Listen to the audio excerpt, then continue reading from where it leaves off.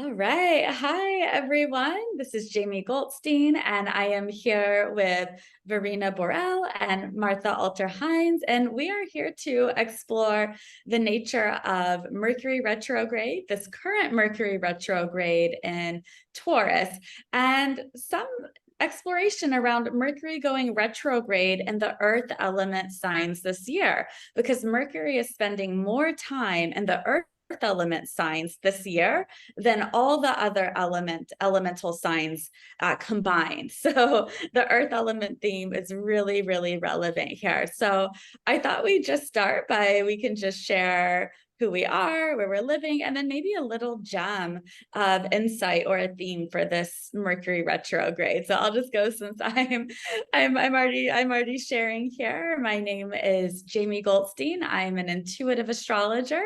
I'm in Oregon here in the United States. And I really feel that this Mercury retrograde in Taurus is wanting us to shift our perception to open up to more of our authentic abundance. I love that. Okay, I'm Verena Borell. I live in Austria, and my astrological approach is based on evolutionary astrology in the lineage of Jeffrey Wolf Green, but I also combine astrology with the Akashic records and my intuitive guidance. And I feel with this Mercury retrograde in Taurus that it really is like a cosmic invitation to slow down, to drop into our body, and to integrate all of these changes that we are experiencing at the moment, reflected in the mirror, reflected in the sky by Pluto in Aquarius, Saturn changing signs, and so on, and really drop in and integrate on a somatic level. Yeah. I agree. And I am Martha Alter Hines, and I also have studied primarily in the evolutionary astrology lineage with Ari Moshe Wolf. And then this year I've been studying with Heather Ensworth, and my approach to astrology is rooted in that evolutionary astrology lineage, but then is expanding way beyond that. And one key factor is my own relationship with the divine and the spirit world. And I'm also getting really called into having direct relationships with the beings of the celestial bodies that exist, and more and more that I could say. But in terms of this retrograde of Mercury in Taurus, yeah, I think I agree with everything you both said. And the one key element for me, I think, is that it's bringing us back to our relationship with our bodies and our body wisdom.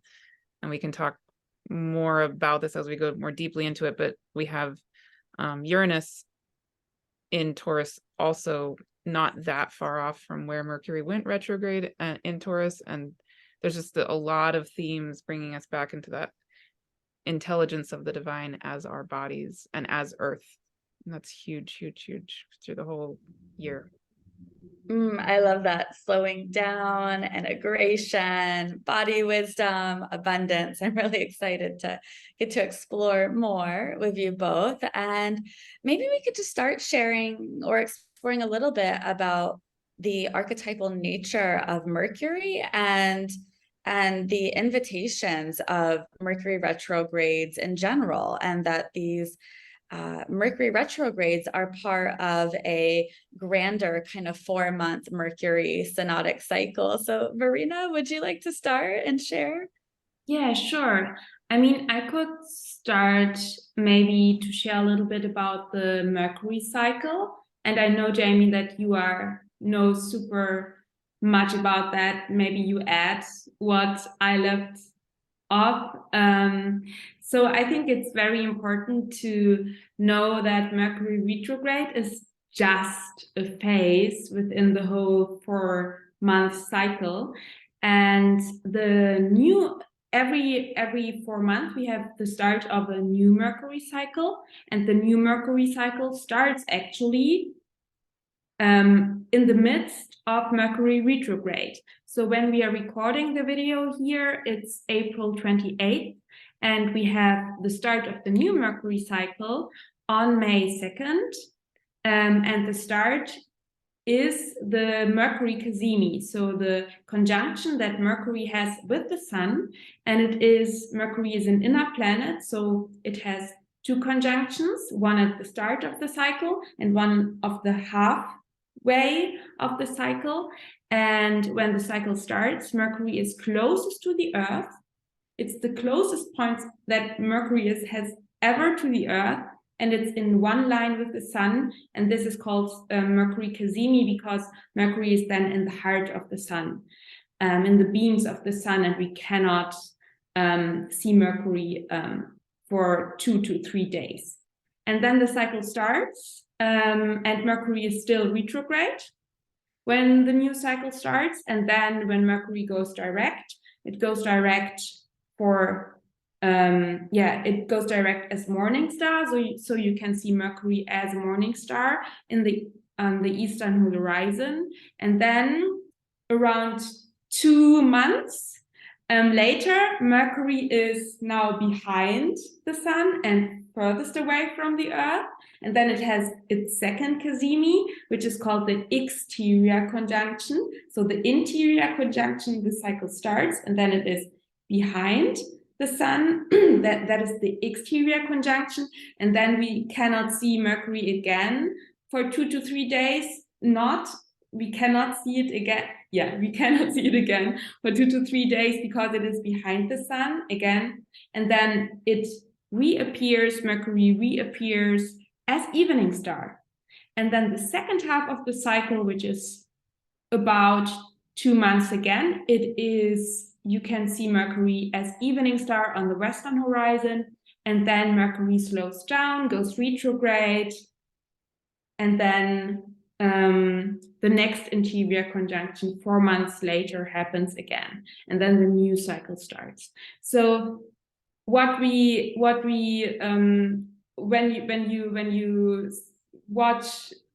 you see on YouTube or on Instagram and so on, and everybody is super hyped about Mercury retrograde, it's just one phase, and every phase of the cycle has a meaning, and every phase of the cycle is important.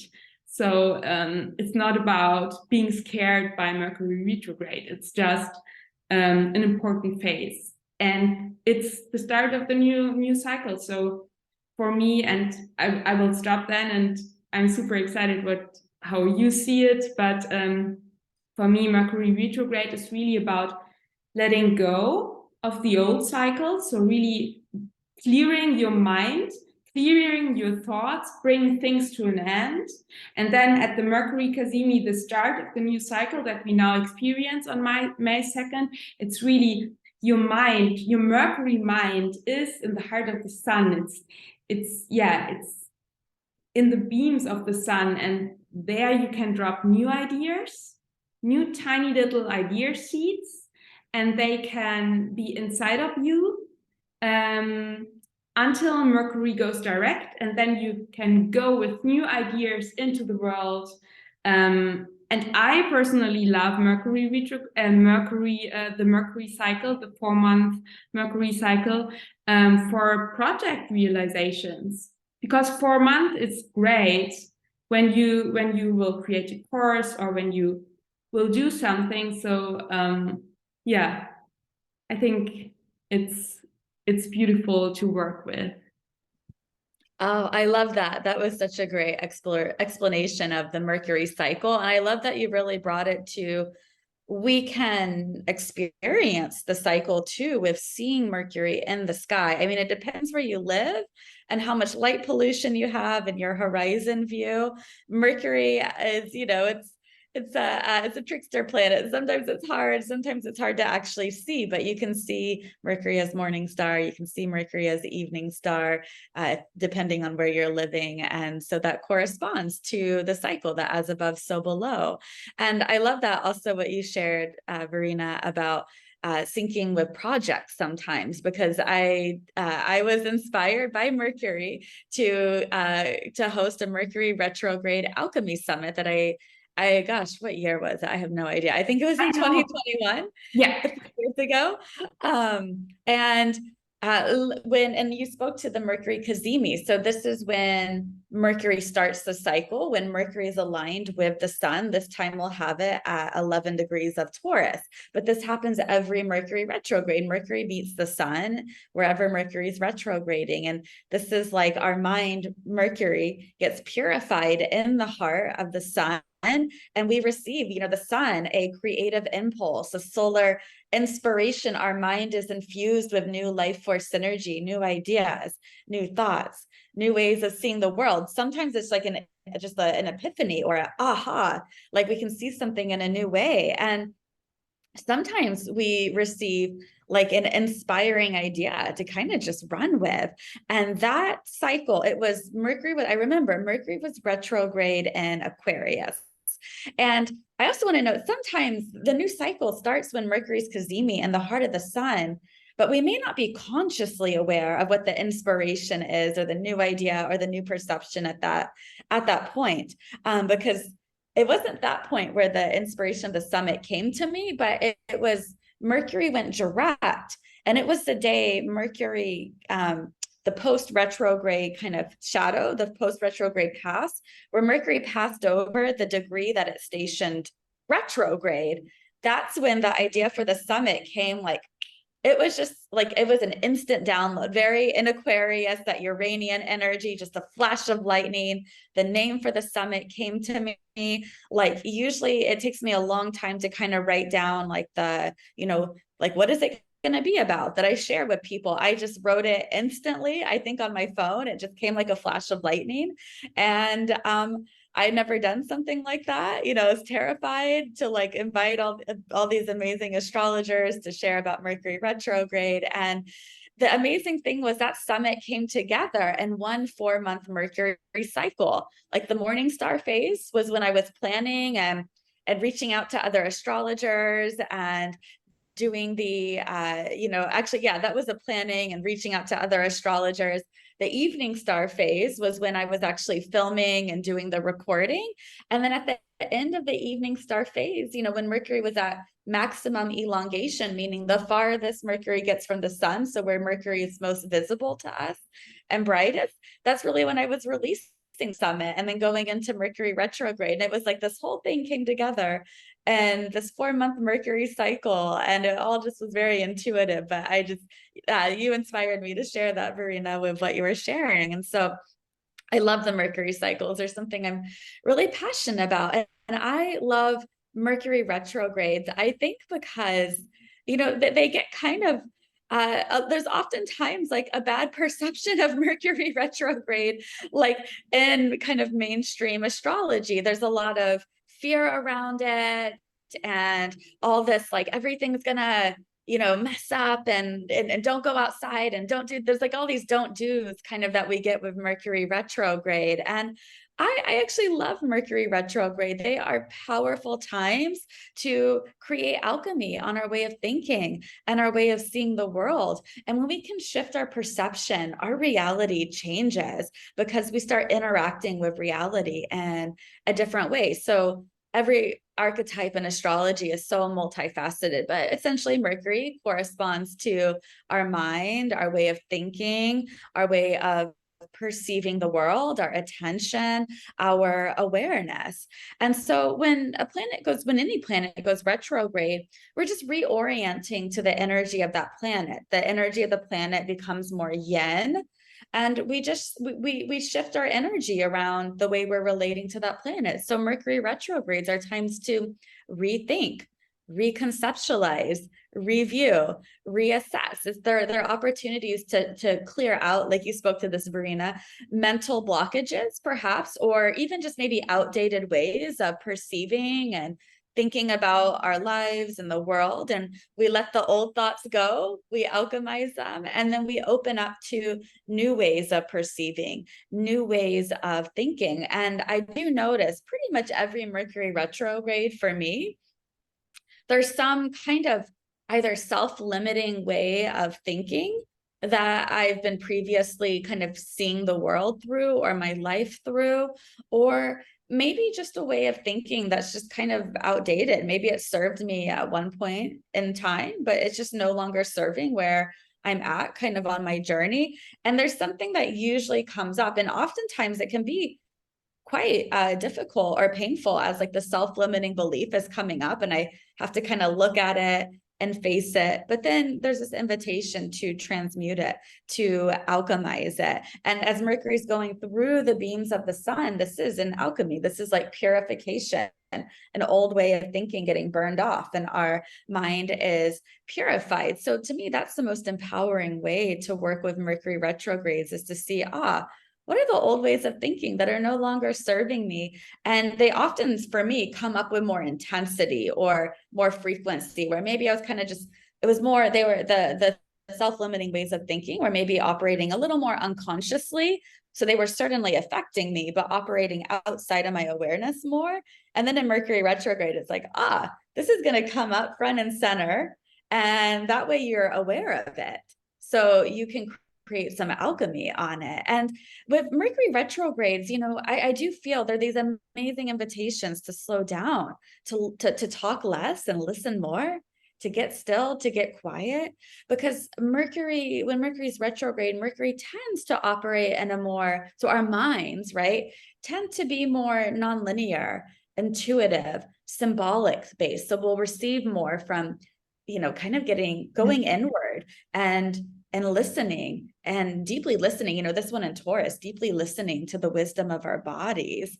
And we might, we might get more, we might have more active dream lives during Mercury retrograde, all these kind of intuitive, symbolic, the realm between the physical and the spirit realm also becomes more merged as well. So we can pick up things from the spirit realm and other realms as well. And with Mercury retrograde, I often feel that most of this is my interpretation, most of the Mercury retrograde kind of things that can go wrong, that most people consider with Mercury retrograde, and there's something to play with, even maybe we don't even have to label it as something going wrong, but the things like technology not working, double booking things, delays on things, miscommunications, travel delays, these kinds of things, a lot of them I do feel can actually be avoided if we just slow down and go with the energy of Mercury retrograde.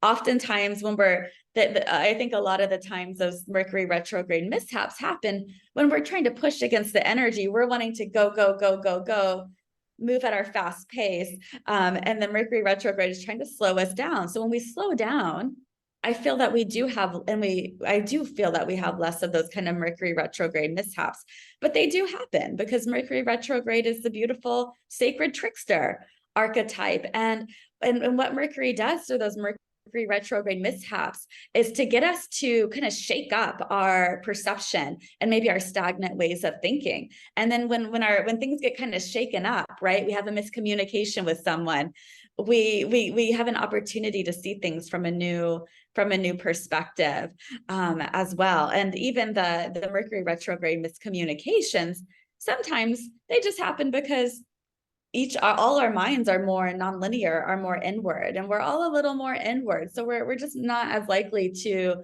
perceive what someone else is saying the way they meant it, and vice versa. And so just clarifying things with people can be super helpful. But also I do feel the Mercury retrogrades, they illuminate where are we having miscommunications with people probably all the time, but we don't know it, because maybe the other person doesn't reflect it back to us in a way that we get it, or vice versa. And so there are opportunities to kind of repair connections and communication and refine our communication. I love this topic. I'm so passionate about it. I think that's probably, good for exploring some of these Mercury retrograde themes. But yeah, anyone else want to share anything on that? Yeah. I'm having a couple of thoughts. One is, so I just think this is really interesting. So Jamie, that summit which you did, which was amazing, that sparked something in me. And then a year later, you did another summit, which I was part of, and which then I had my own on the first day of that second summit you did. I had literally a lightning bolt go through my body, and the flash of a vision of my own symposium that I ended up holding last year came to me. Very similar to the way that it did for you. And then I held that last year, and now I'm holding the second version this year. And something I'm noticing about my own Mercury and me, which I just want to mention because it's fascinating to me, is that it's a little bit out there for people, maybe a little complicated, but so my progressed Mercury just went retrograde at 14 Taurus. And just last week, a few days ago, or maybe even right now, the transiting Mercury is it just went retrograde at 15 Taurus, right? And is like essentially at 14 Taurus. And then I noticed that the day that my symposium starts this year, June 1st, Mercury is going to be at 15 Taurus. Like it will complete its Mercury retrograde. The transiting Mercury. The transiting Mercury will finish this, retrograde cycle. It will be back at the degree it went retrograde at 15 Taurus, the exact day that my symposium starts, and it will have just passed my progressed Mercury, which happens to be at retrograde at 14 Taurus. So there's some really beautiful role that Mercury is clearly playing for all of us in all of this, and it's fascinating. And the other thing I wanted to put in there is I was looking just now at the chart of the Mercury Cazimi coming up next week at 11 Taurus, and you know what's going to be conjunct Mercury and the Sun is Diana, also at 11 Taurus. So maybe we can, talk about that a little bit, but just on a basic level, what immediately comes up for me with this new Mercury cycle then is Diana being the goddess who is about our authentic wild self. Verena knows way more about Diana than practically anybody and wrote a book on it, literally. And we together did a workshop on Diana last year, but I think that's so incredibly beautiful. Diana in Taurus with Mercury as it starts its new cycle is, really, really, really emphasizing this theme we already talked about our body wisdom, our natural relationship as Earth, et cetera, et cetera, et cetera. Yeah. So I would love any other thoughts. Oh, yeah, I would love to. Oh, go ahead. I was just saying, it'd be great to just jump into all of that. So yeah, I would really love to say before we dive into, I feel very called to share about this Mercury Cazimi with Diana. But first, it's very important for me to mention that, and we talked now about the Mercury cycle, and Jamie, you gave this beautiful example, and I said that I love to interact with the Mercury cycle, but I think two things are very important for me to mention. The first thing is that Mercury, the movement of Mercury, the Mercury cycle, is just the indicator of an energy that is in the field. So it's not Mercury that is doing something with us. It's an indication how our brain energy functions in a way. So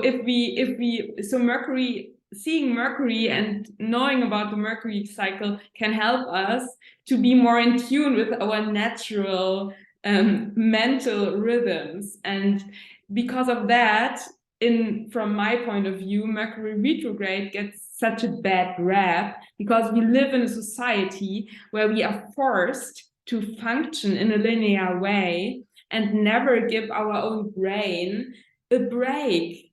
And that Mercury, what is the archetype of our thinking mind, but also our curiosity, who drives us through our life. So if we would not be curious, we would never evolve. So Mercury really helps us. Our curiosity brings us that we evolve, that we want to grow, and that we want to learn and want to start as little children start to explore the world. So it's really our Mercury curiosity who brings us, who let us evolve. And I think that when we tune in more with this natural rhythm of our Mercury thinking, mental processes, and so on, it is that we need time to reflect. And it's just that in our society, it is unnatural how we are forced to live, or how we are used to live. And I think that especially now, to come back to Taurus, I think that especially now with these Mercury retrograde phases in Earth signs, and now with Taurus, it's really such an invitation to come back to what you said, Martha, your body wisdom, and really dropping in. And I actually loved, Jamie, that you said with the Mercury Cazimi, it's a purification process. And what I feel strongly at the moment, and I think that Diana comes in here, I mean, one day before Mercury's Cazimi, Pluto is stationing retrograde 2 in Aquarius. And I have this feeling already now when we are recording this, I really have the feeling that since March, so many things happened. And there was so many changes, and we talked about that, I think, I don't know if we talked about that on video or if we talked about that privately, but from my point of view, we are experiencing at the moment, since with the solar eclipse in Aries and the Aries new moon, a huge up-leveling. And I have the feeling that this huge up-leveling, and I have just written an Instagram posting today about that will go online the next days. Part of this upgrading and up-leveling process that we are in, part of this starting a new phase, starting a new version of ourselves, starting a new life, part of that is slowing down and going in, so that we can holistically and wholly grow. And we are entering this new stage now. So we are really at the beginning of this new stage. And it's so important not to run into the new without taking all of our parts with us. And our whole system, our whole soma needs to adapt. So there are so many, really I experience a big energy shift. It's like an up-leveling that we experience. And to really integrate that, we need this Mercury retrograde in Taurus. And Diana, and then I will stop, but Diana is, for me, the goddess who symbolizes our true, wild, untamed nature. So she's really like our soul self. She's really inviting us to rewild our soul, to decondition, to come back to our true nature. She is the huntress who intuitively knows where to go. She is the goddess of the young waxing moon. So she's really here for the new, to bring new seeds into the world, but in a very natural and very soul-aligned way. So Diana can never be manipulated by society or by rules or by authority figures outside. Diana will never, ever leave her path because somebody told her that it's better to leave her path. She follows her intuitive side. And I think that Mercury Cazimi, together with Diana in this phase where we are in now, really reminds us of dropping in, integrating, because we are in this really prime phase of new beginnings. And so that we really entering into the new and taking new decisions and so on in an aligned way, it is so important to step a little bit back, to look inside, to take our time, to give our nervous system and our body some time to slow down and to integrate. I just want to throw in there that if this Diana theme is calling to anybody, our Diana workshop is still available, and it actually, we give it as a gift for free for anybody who signs up for our whole year of our Goddess series, the one that Verena and I do together. Just putting that out there. And in that workshop, Verena did an amazing amount of work and created a beautiful PDF with Diana through the signs, including Taurus, of course, right? So, but also you can, through that Diana journey, you can find your own Diana placement and then see, you know, Verena's beautiful work. It's like a piece of art, really, actually. And, oh, thank you so much, Martha. And I always love, if you feel called from Diana, please, I love if you contact me, if you do the workshop, but also if you contact me on Instagram or in mail. You find all my contacts below. I give Diana one-on-one readings too. So that is a super great addition to the workshop. Yeah. Yeah. Thank you, Martha. Yeah, just want to throw that in there. Oh, I love that. Martha, is there anything else you want to share on Diana, kind of, you know, playing into this Mercury retrograde, or any themes on this Mercury retrograde? No, I felt like the natural flow wanted to go to you, so you go. Okay, yeah, I love that. And Verena, I love that you really spoke to this slowing down, because and why sometimes Mercury retrograde can be so challenging is because we're not taught to slow down. We're taught to live very linear in a linear way. I can't talk, the go. You know, like kind of mentally produce things with work constantly, you know, and it's like this invitation to slow down. But if we think about, you know, eating, right? This is in Taurus, and Taurus does have a connection with our what we're eating to some degree. And, you know, if our mind is similar, we can't just consume. We have to, with food, we have to slow down and to integrate the nutrients and to digest the food. And our mind also needs an opportunity to kind of slow down. Like I know myself, I have Venus in Gemini, so I love to learn. I love to take in information. I always want to be like listening to podcasts and reading and this and that. And it's like my mind, I really intentionally over Mercury retrograde give my mind a break where I don't really spend a lot of time taking in content.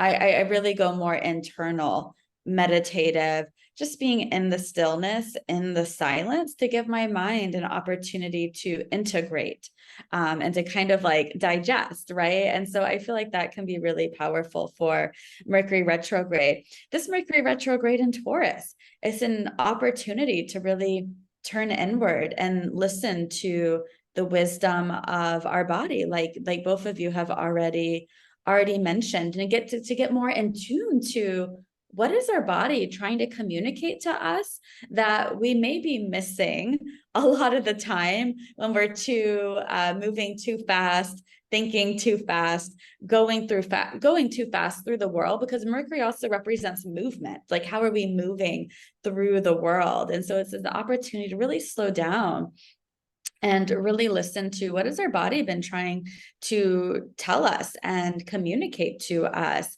And I love that this Mercury retrograde just, you know, started, you know, just after the Aries solar eclipse that we had, because the energy of this eclipse season is so, you know, eclipse seasons, the energy speeds up. Yeah, we did at the same time. Young.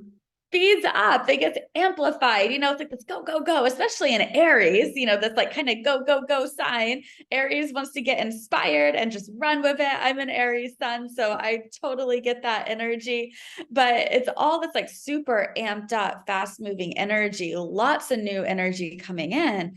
And this Mercury retrograde is a nice balance saying, slow down. We'll have time to get this, to run with this new energy, to instinctually move with it, but let's slow down and let's like make sure we're moving at a pace that is in alignment with our body, a pace that our body can actually move. Because sometimes the Aries energy, and I'm speaking as an Aries sun, we can go 0 to 60 like that, and then we burn out all our energy reserves, right? And so it's like, how can we move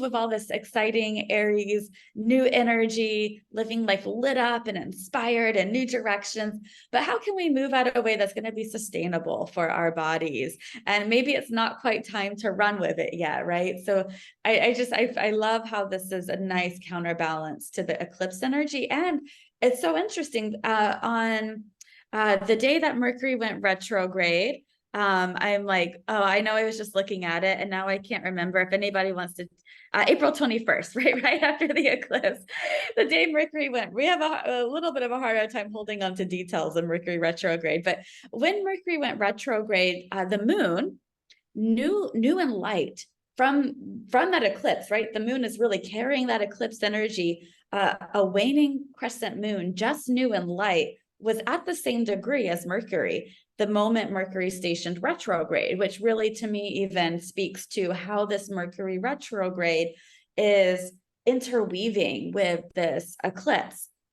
It's really wanting us to support, to be able to move forward with this eclipse inspiration in a way that is sustainable for our bodies, right? Where we're perhaps not over pushing ourselves, not overworking, not moving too fast, where we can really sustain our energy. And also Mercury stationed retrograde conjunct Uranus. There was I think a 2-degree orb. I think Uranus was at 17 degrees when Mercury stationed retrograde at 15. And so this is like a reorientation of our energy system. Uranus being very much connected to the energy field, our Kundalini energy. And I think maybe Verena, you maybe spoke about this, maybe Martha, someone did, that it's like we're going through so many upgrades, and especially like energetic upgrades, and we're up leveling, and it's like the energy is like, yeah, let's up level, like let's go, go, go.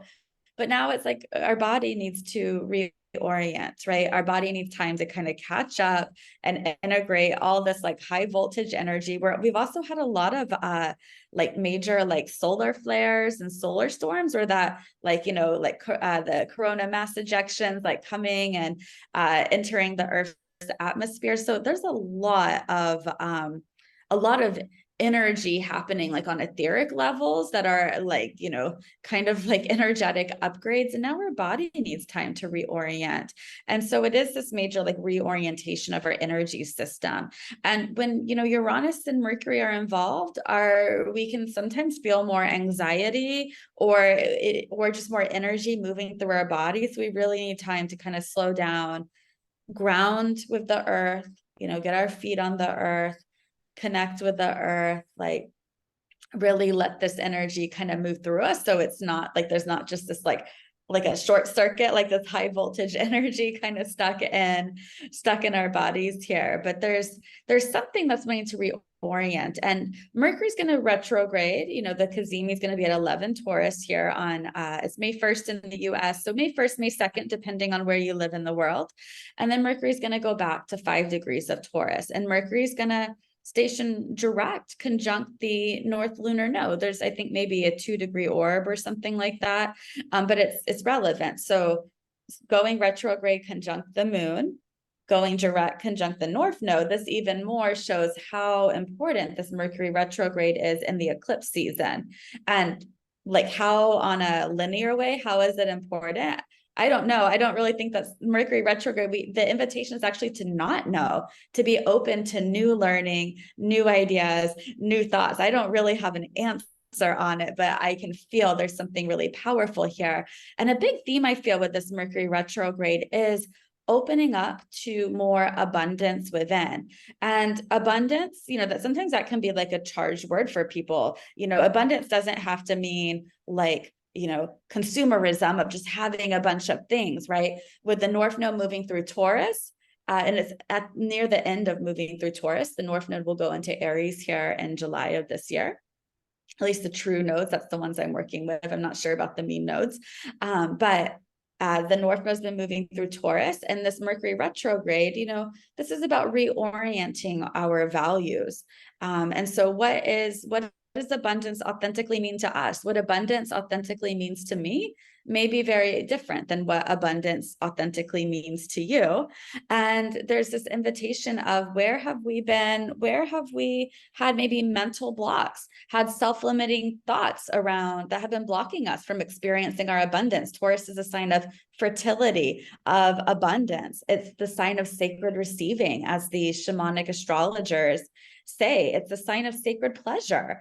And so Taurus also connects to our resources and particularly our self-worth and our self-value. So I think this is a big theme, especially with the South Node being activated with the Scorpio lunar eclipse that we're about to have, which is very close where Mercury stationed retrograde, right? The Scorpio lunar eclipse is on May 5th and maybe May 6th at some places in the world, I'm not sure, but that's at 14 degrees, moon at 14 Scorpio, sun at 14 Taurus, right? Very close to that 15 degrees where Mercury went retrograde. And so I see this big theme of this really powerful invitation to perhaps alchemize wounds that we have around self-worth and self-value that have maybe been blocking us from experiencing this, on a kind of a metaphorical level, fertility and growth and abundance and our ability to receive. Our ability to receive is related to how much we value ourselves, how much worth we give to ourselves. So there's something really powerful. And Taurus, and in correspondence to Venus as well, Taurus is a sign of the beauty way. So this Mercury retrograde to me wants to alchemize where have our thoughts been blocking us from seeing the beauty that's all around, within and all around. And so there's this invitation to really see more beauty in our own lives, and to create the beauty from within, and then to bring that out into the world around us. Yeah. Yeah, Martha. So yeah, I love all of that. And it's making me actually think about my own process with creating this symposium that I'm putting out on June 1st, because I have my South Node in Aries, right? I have Jupiter right on my South Node right now. It actually just passed over my South Node. So I have a ton of Aries energy going through my system. So I'm in go, having a hard time sleeping, because I can't even explain how much work how much the work this is actually. It's unbelievable amount of work. So much work. Yes. Much. Yes. And without that Aries energy, I don't know how we would do it, really. I don't know.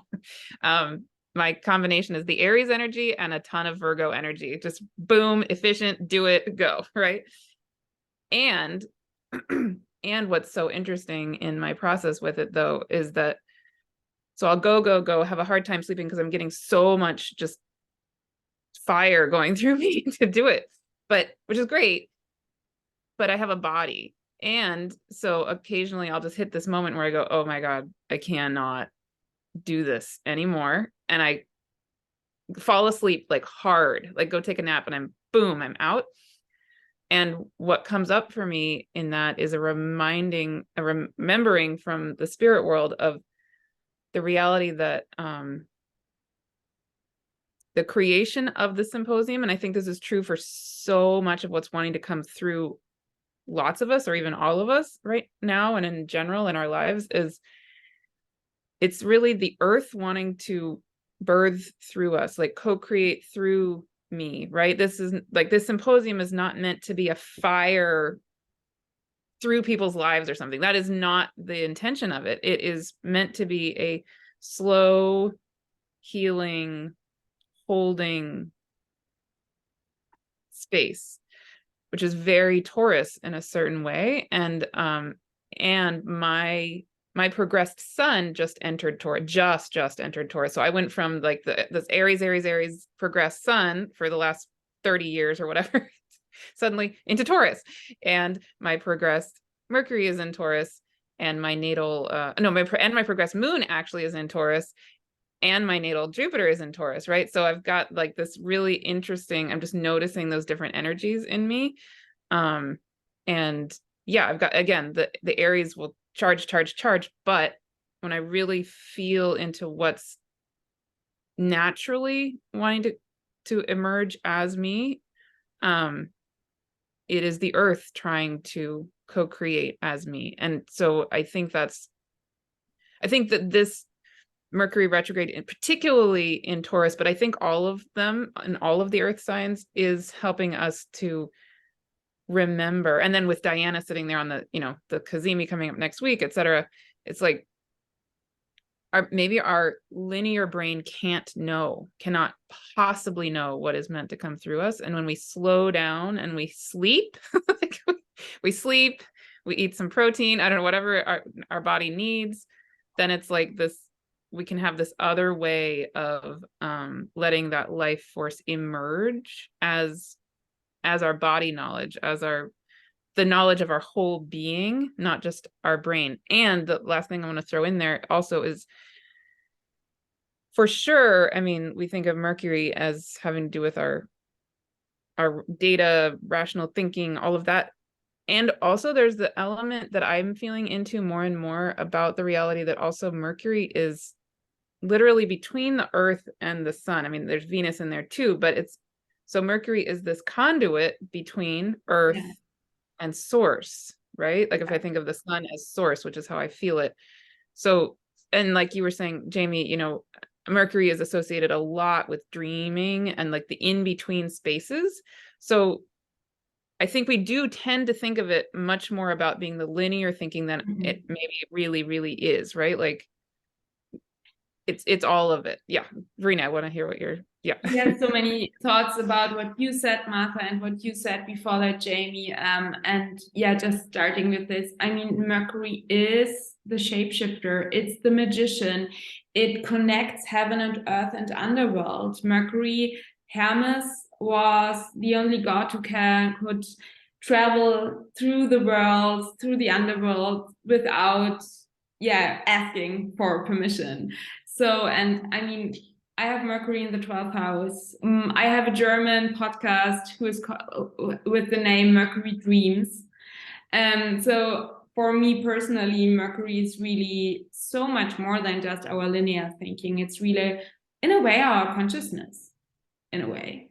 And it is the shapeshifter and the magician, and we can do alchemy with Mercury. I think there is so much. And I mean, talking about going into the underworld, I mean, our thoughts can bring us into the underworld, and our thoughts can bring us to heaven. So it's really this, very shape-shifting quality, the psychopomp.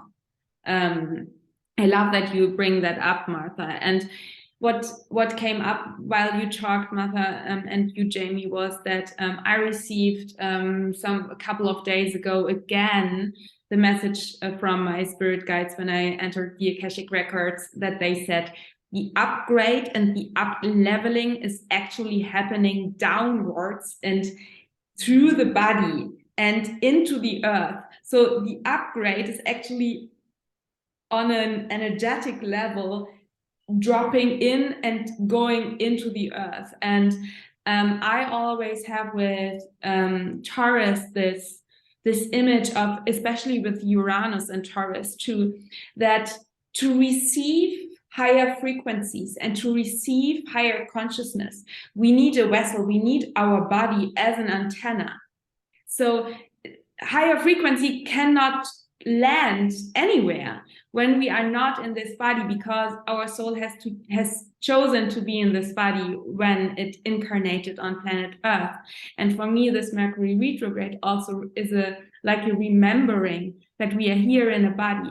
And I mean, I can say, I just have, from the traditional planets, I just have, my sun is in Taurus, and that is the only earth sign. So my Neptune is in Capricorn, but okay, and some asteroids, but the other planets are all in fire and air. And I really have this one Taurus sun, and it's so often that I forget that I have a body and that I have physical needs, because I'm so on fire and I'm so inspired and run, and I have a lot on Aries too. And so it's really I have the feeling often that my Taurus sun is a huge teacher.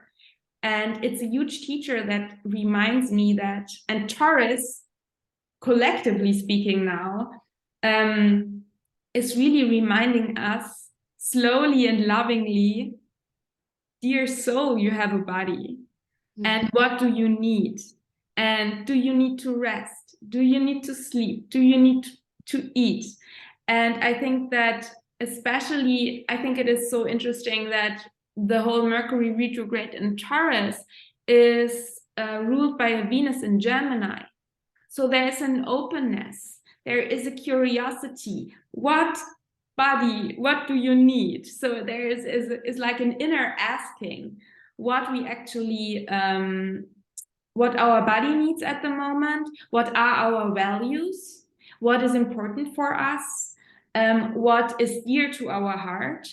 And I think that to maybe go slowly but surely into the direction of the other earth signs too, I think that, and one thing with Taurus, I think that Mercury in Taurus often gets the bad rap that Taurus cannot change, and Taurus is stubborn, but Taurus knows that it's about change in a natural pace, because Taurus knows that we are here to stay, and that changes that we must change in a natural pace. And don't rush Taurus, then it's not good, because Taurus, our body, it needs time, and matter is slower than our spirit and our soul. And because of that, we have, from my point of view, the Mercury retrogrades this year in earth signs, because we have this huge year of, that is like a threshold. We are receiving these upgrades, we are receiving this energy shifts, and even though our mind and our spirit and our soul maybe are very fast too, our body is not. Our body needs time. Our body needs time to integrate. And I mean, we have so much is in the field around somatic work, trauma, all because it is so important that we no longer detach from our body, because we connect with our body pain and fear. And I think that to bring it on a maybe more serious or deeper level, I think that this Mercury retrograde in Taurus and the Mercury retrograde in Virgo too is about healing our body. It is about healing the fear that is stuck in our system on a somatic level. And I feel that very strongly, that being in a body, you need courage. You need courage to really connect with the body, because there is maybe from past lives or from your past so much fear around being in your body. And I think that with Taurus, it's really this loving reconnection, really dropping from your head in your heart into your body. And then with Mercury retrograde in Virgo, which happens, Mercury goes retrograde in 21 degree Virgo on August 23rd, and goes direct on September 15th at 8 degree Virgo.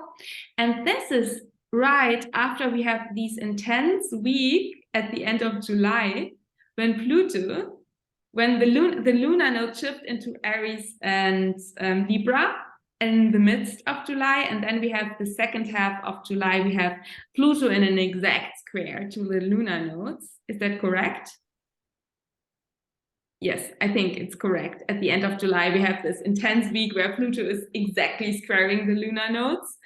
And then Mercury goes retrograde in Virgo. So, and Virgo for me is the digestion. So Virgo is really about Mercury retrograde, and Virgo is really, okay, slow down, digest, rest. Yeah, but I stop here. I want to hear your thoughts.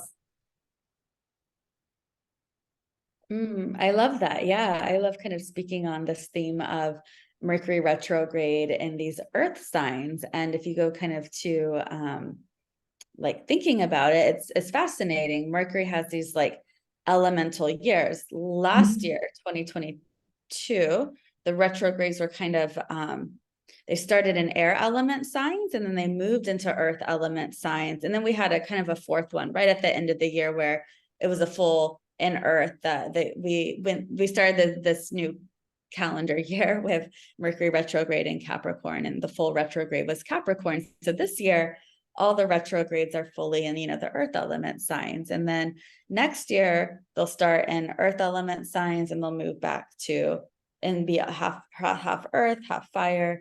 And then they'll be like full fire the year after that. So there's like this sequence of how these Mercury retrogrades work.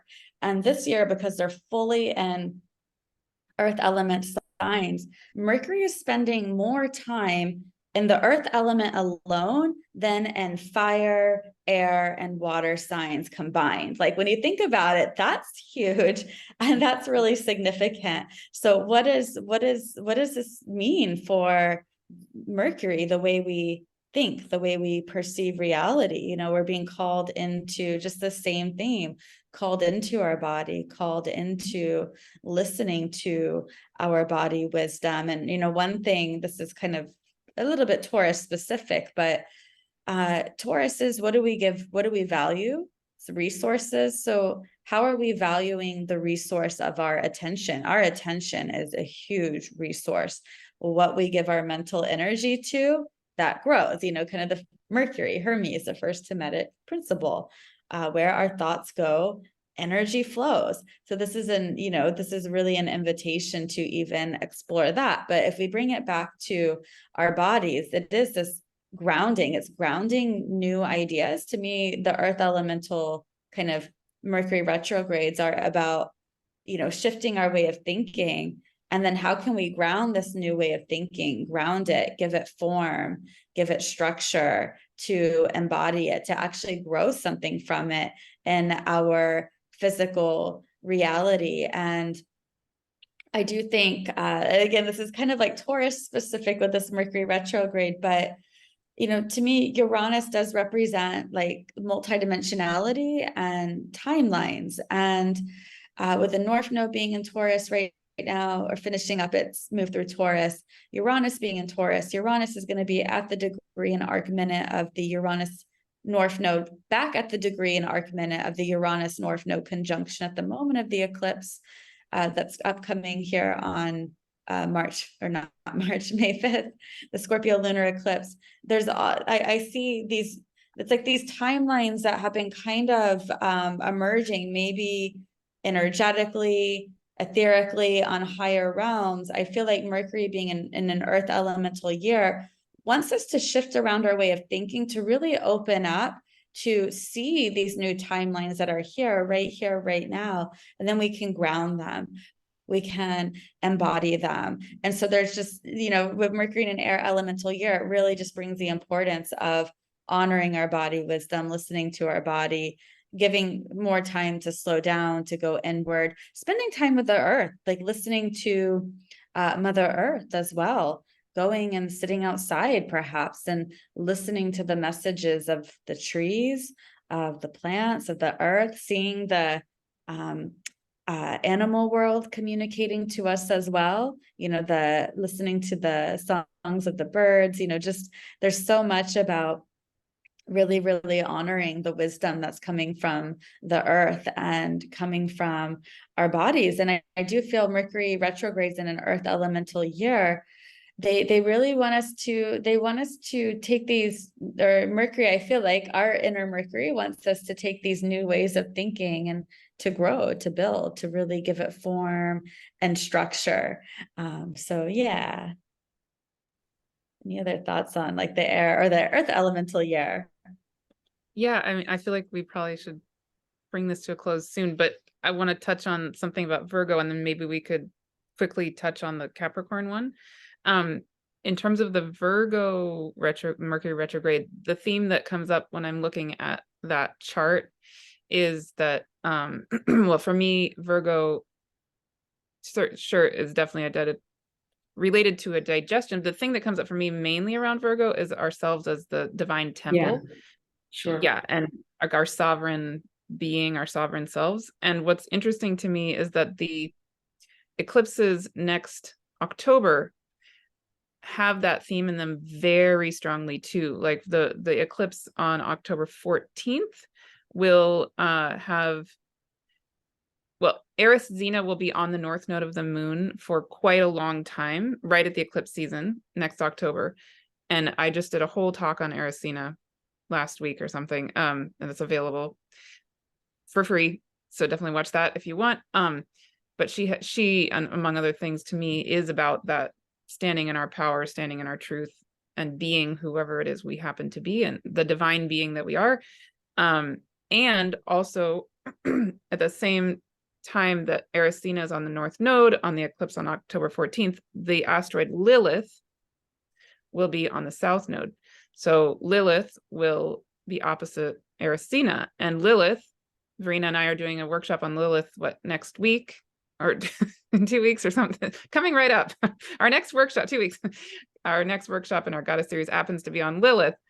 And I love Lilith, and Lilith actually just went direct 2 days ago, on Tuesday, 3 days ago. Talking about the asteroid. The asteroid Lilith, because there are many Liliths, which we will talk about in our workshop. But Lilith, the goddess, is so much about standing in our power, standing in our truth, being the power of existence that we are, et cetera, et cetera. And I feel like Virgo is also very tied to reminding us that we are sacred and whole unto ourselves. So yeah, so when I look at that Mercury going retrograde in Virgo, those themes come up for me, and then not that long after that we have those eclipses with those themes really, really strongly too. Oh, I love it. And with this eclipse season, sorry for just a one little thought, Vesta was really playing. Vesta was conjunct the Aries solar eclipse. Vesta's going over the north node. This Mercury retrograde, which brings in that sacred temple, the Virgo priestess kind of archetype into this Mercury retrograde too. Yeah, Totally, definitely. Yeah, I love what you said, Martha, about Virgo, and for sure it's more than digestion. But yes, and I wanted to say a little bit about Virgo, and then maybe about the 3 earth signs, how I experience it. So for me, it is really this, that Mercury goes retrograde in these 3 earth signs is really about what you already touched on, Jamie, this bringing ideas into form and slowing down and really, yeah, in a way manifesting. So making something, manus, Latin, the hand, really bringing something into form. And I feel that with Taurus, we now have this opportunity to really drop into our body wisdom, see what are our values, and become aware of our resources.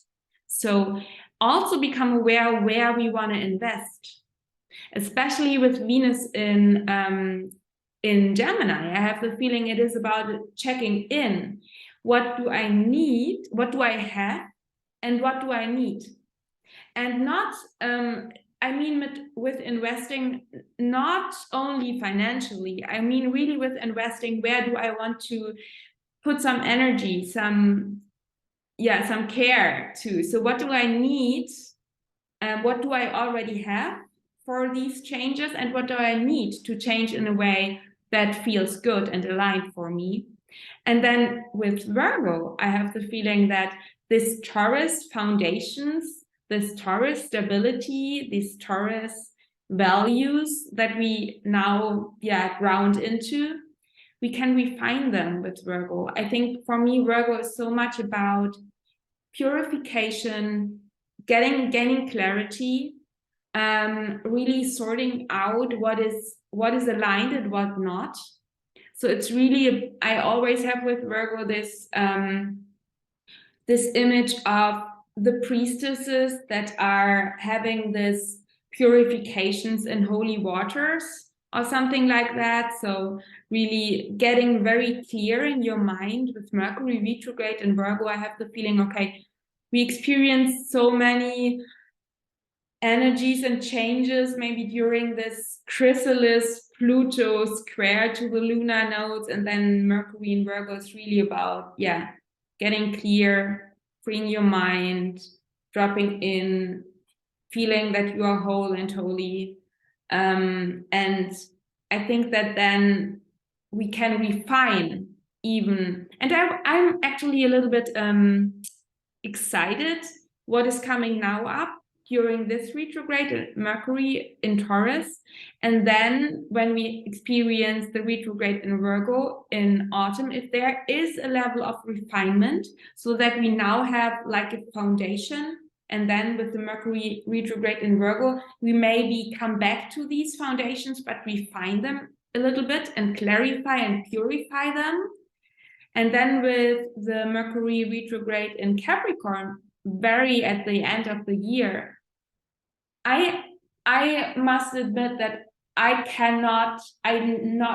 get not yet so many energy downloads and guidance after autumn. So I think that the autumn eclipses will be pretty intense, and it's a little bit hard for me to feel into after autumn eclipses. But I can imagine that then with Mercury in Capricorn, it's again maybe Pluto is in that at that time in Capricorn again, will enter Aquarius afterwards. And I have the feeling that there are maybe something like coming up, like being again confronted with old conditioning in our mind. So really doing deep deconditioning work around which new structures that are aligned we want to bring into our life, and what is really supporting us on a structural level, and how we can maybe bring more stability in our upgrades that we received over the year. So yeah, that would be my thoughts.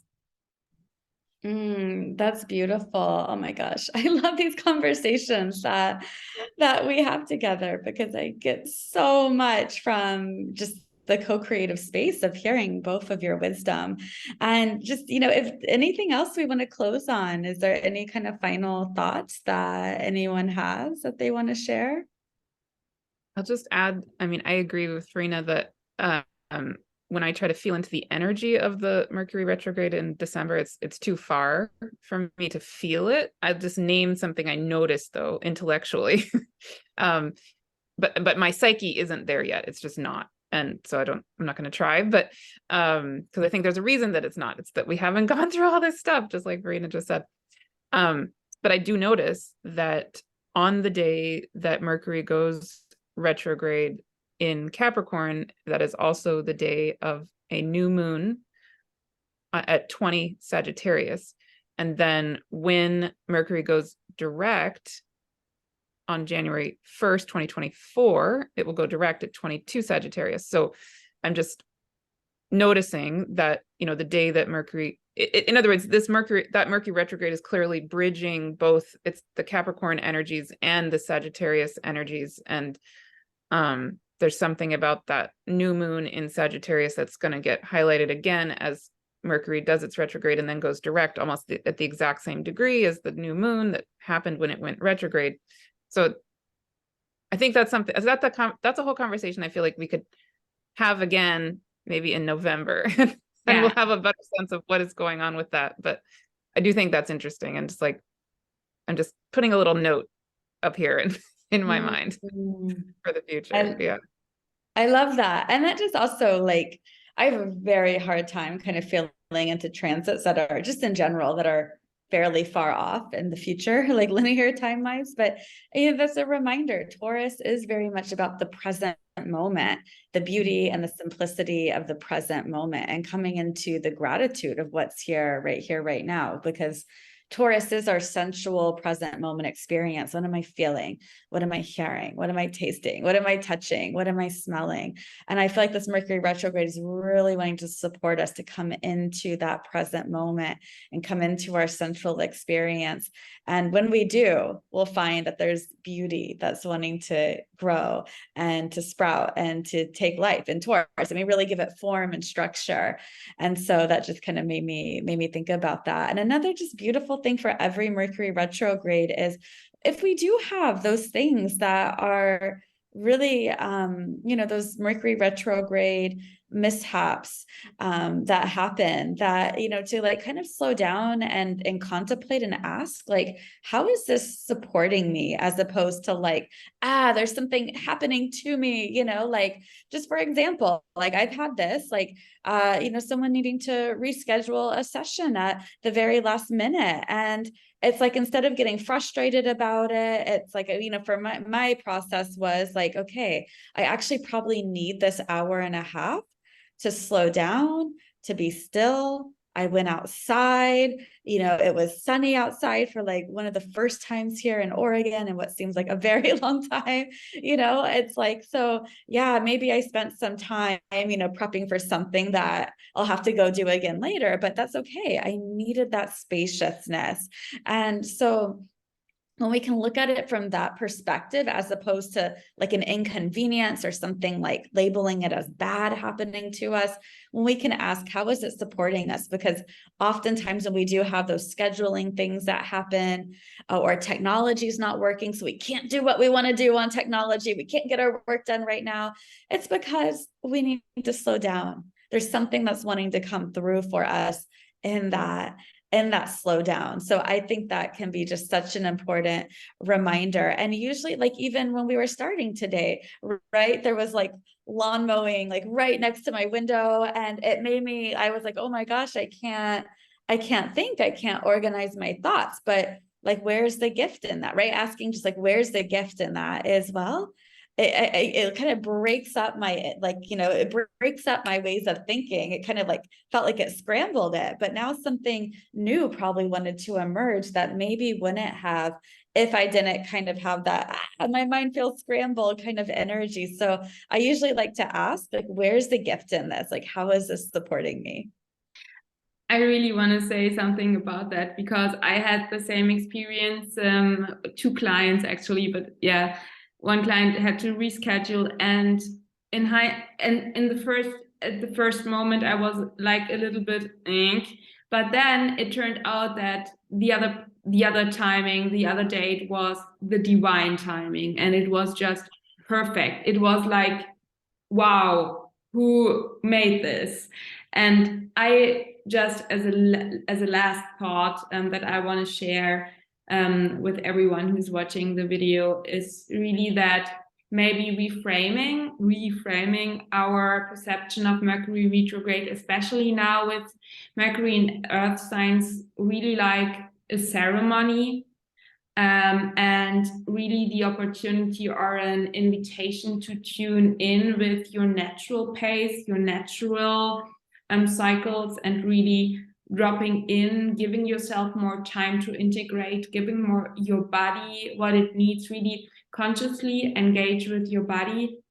It's interesting because I'm starting this somatic work course right now at the beginning of May, when Mercury is in Taurus. So really dropping in with the body, with nature, with the earth.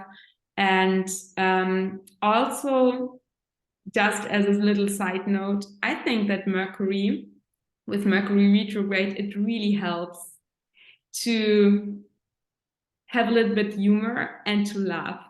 So I really, Mercury sometimes loves to make jokes with you. So I have this feeling that I have a very close relationship to Mercury. So I'm Gemini rising too. And I have the feeling that Mercury is an energy that you can interact even in ritual or in meditation in a very light-hearted way, and maybe just, yeah, it's, for me, it's like a sister or a brother who sometimes jokes around with you, and it's never bad in a way. It's always like lovingly and playfully invites you to think a little bit deeper and to look a little bit deeper and to go a little bit deeper.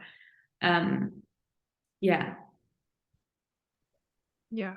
And the last thing I feel like I want to add, which is ties right into all of that, is getting this image of, like, I think I want to do this for myself, so I'll speak for myself. But if anyone listening also feels inspired to try this out, you know, again, when I was thinking about, for example, the symposium I'm putting on, what I would like to do is just experiment with myself with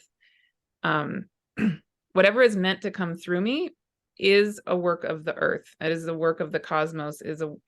I am a being of the earth. I am a being of the cosmos, just like a flower is, or just like a dolphin is, or a star, or whatever, right? So we can't know when we plant a seed of a flower we can't plan ahead what exactly it's going to look like.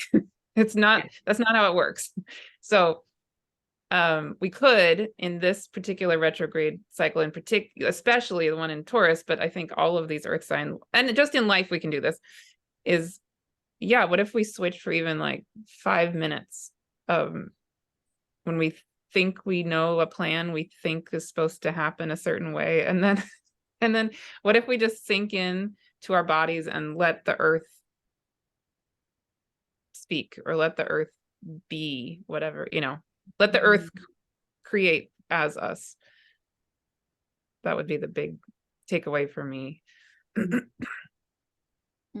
I love that. Oh, this is so nourishing and so rich to be here with you both, and just so grateful for everyone that's tuning in. And yeah, does everybody want to just take a moment to share, you know, where people can find you, any offerings that you have going on?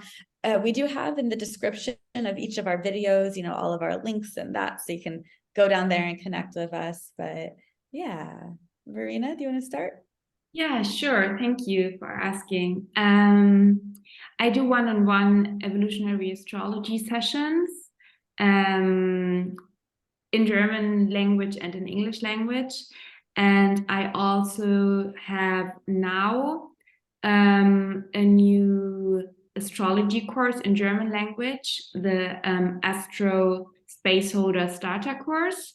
So it is especially for you when you are working as a space holder. So if you are, for example, a yoga teacher, an energy healer, and you want to consciously integrate astrology into your offerings and work more in tune with astrological transits and vibes. So this Astro Spaceholder Starter course is really great for you to really get the basic knowledge to start to integrate astrology into your offerings, and share in an authentic way without Googling for hours how to hold your next moon circle. And I have a second astrology program, the Astro Facilitator program, that is more advanced level, that is in German language too. And you find all the information on my website. You find the information about my one-on-one offerings, evolutionary astrology sessions, and goddess sessions, where we focus on the goddesses and Venus in your chart too, on my website. And there will be a Venus cycle workshop. So we dive deep into the cycle and the retrograde phase of Venus. This will come to you in July. And there will be one in English language and one in German language. So if you speak English, this would be a good opportunity to get in contact with me as a teacher, as an astrology teacher. And there's another beautiful offering that I'm holding together with Martha. So this is our Conversations with the Goddesses workshop series. Martha already touched on that. And it's the whole year. You can sign up at any time, and we cover one asteroid, goddess, or planetary body each month. And it's so delightful, and it's so fun and deep and healing and powerful. And we really, we have a workshop where you learn about the goddess, and we channel a meditation so that you can really feel the goddess energy and awaken the goddess energy inside of you. And then 2 weeks later, we have a sharing circle where we hear our experiences with the goddess energies inside of us. And this is really beautiful. And I think that is all. Yeah, my bookings for one-on-one sessions are currently open for May, and I think I have some June dates in too. And I think that's all. Yeah, thank you. Martha, do you want to share? One thing more. Sorry, Martha. Sorry. It's important that the best way to contact me or to stay in contact is to sign up for my newsletter. So my newsletter is really important for me and dear to my heart. So yeah, go on my website and sign up for my newsletter. That's the best way. For me, the big thing I'm working on is the symposium, and I would love, it's ready now as of yesterday for people to sign up. And so that starts on June 1st. It goes for the whole month of June, and it's free. There are paid options. This year there are workshops that are paid that you can join, but there are 30 free talks and 4 panel discussions, and it's amazing. They're amazing astrologers and non-astrologers. And right now, if you sign up for free, the one thing I have made already available before June 1st is an interview I did with Melanie Reinhardt, who is, beyond phenomenal astrologer and human. And she's talking about she calls it a user's guide to the astrological now. So those of you listening to this video are into astrology, and so you probably would really love that video, and it is there and available when you sign up for free for the Rebecoming the One symposium. So that's the big thing. In May, I am also doing a soul wisdom gathering for the Taurus new moon, and that is going to be on May 19th, Friday, and also on May 5th, Friday. I am holding my monthly deep peace and healing circle. But other than that, I'm focused on this symposium. That's, as Jamie knows, takes all of my time. And I highly recommend to attend to the symposium. I mean, it's so powerful. It was last year, it was already powerful, and now the lineup is wow. So everyone hop on Martha's sign up link. Yeah, we'll have all those links here, and I offer one-on-one astrology readings. So I have a few different types of offerings there. You can just go to my website and you'll see it all. I teach courses. I'm a little over halfway through a current course, so I don't know about future courses. But if you join my email list, I should have a link here. You can kind of see my offerings, and I also share my newsletter and my astrological musings through there. So yeah. Thank you everyone for tuning in, and I'm sure we'll be all gathering together, Martha and Verena, another time soon. So I look forward to kind of exploring the astrological energies of you two soon. Yeah, thank you so much everyone for watching, and feel free to comment below. We love to hear your feedback, and yeah, thank you too. It's always a pleasure, and yeah, we will be back soon, I guess. Bye. Bye.